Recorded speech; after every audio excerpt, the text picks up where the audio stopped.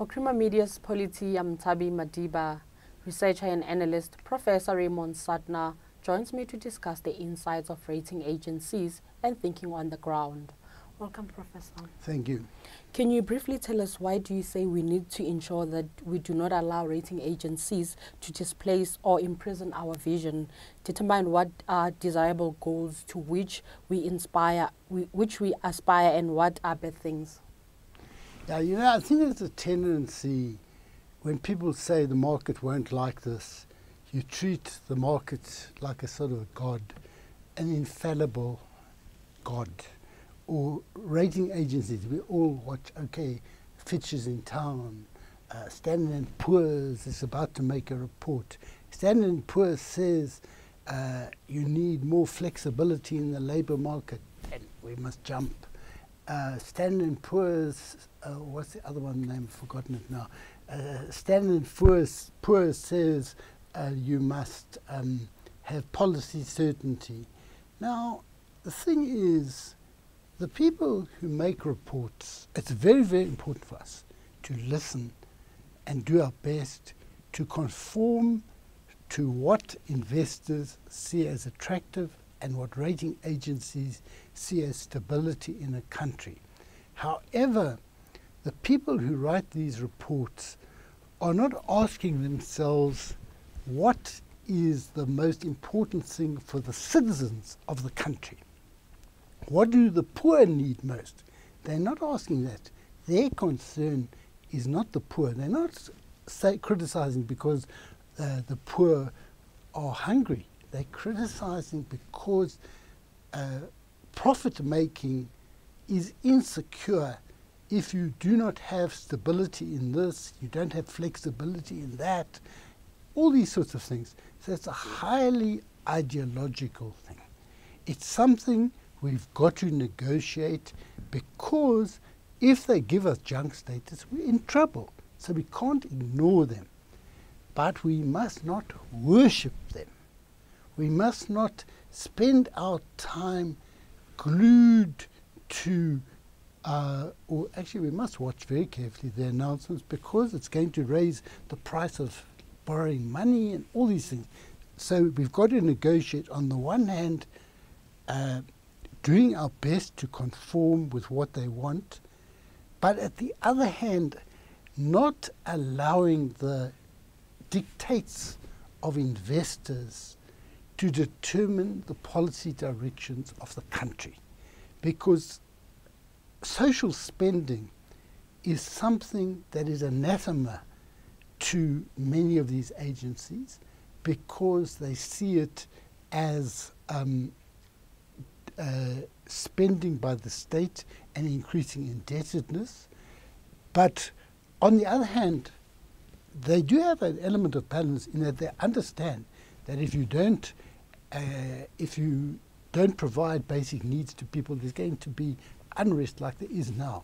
So they do appreciate this, but they really want us to make do with as little spending as possible, or their policy directions, in policy recommendations in general, are not necessarily in conformity with what we need. So we've got to keep a critical distance. So let me just conclude that by saying, listen to them, but find our own way of answering their recommendations. And South Africa was downgraded to junk status during former President Jacob Zuma's office term. But Cyril Ramaphosa's election saw investor confidence improving. And this week he secured an investment commitment from both countries. So does this mean the country will ward off from debt? Well, what? Ward off from debt. They received a lot of money from Saudi Arabia and was it Qatar, one of the other United Arab Emirates. And the problems of the country are very wide-ranging, and the level of debt is very high. It depends on the character of the investment that they are making. Will this investment be of the sort where they want to make quick profits, or will it be investments It's apparently some of it's in the petrochemicals industry. Is it going to reduce joblessness? Will we be able to tax them on their earnings? There are a number of things that go into it. So that an investment in itself is very good because we need anything to come into the country. However, it's going to take a long time to deal with the level of debt that this country has got. And lastly, do you think it is possible for South Africa to successfully meet all the social requirements that South Africans are protesting on a daily basis if the country can get all the investment and support it needs from the rating agencies?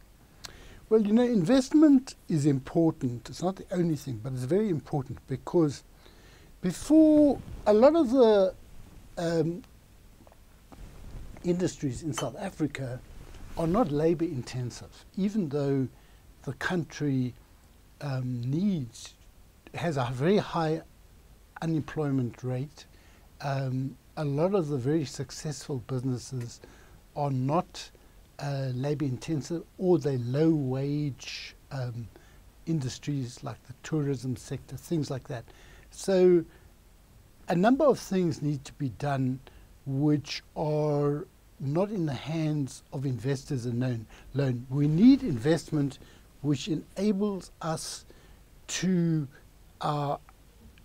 absorb labor, more labor into the economy, while nevertheless being profitable, being job creating, growth creating, all of these things. So that investment into the country is one of the factors that's essential, because you can't grow your economy.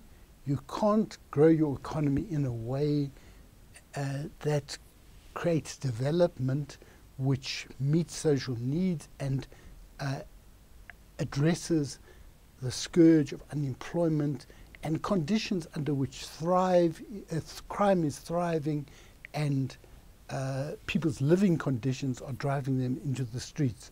So that investment will help, but it also depends on the conditions of the investment, because very often investment that South Africa has attracted in the last 24 years has been what they call hot money, which comes in to make quick profits, then withdraws. It doesn't stay in the country in the long term.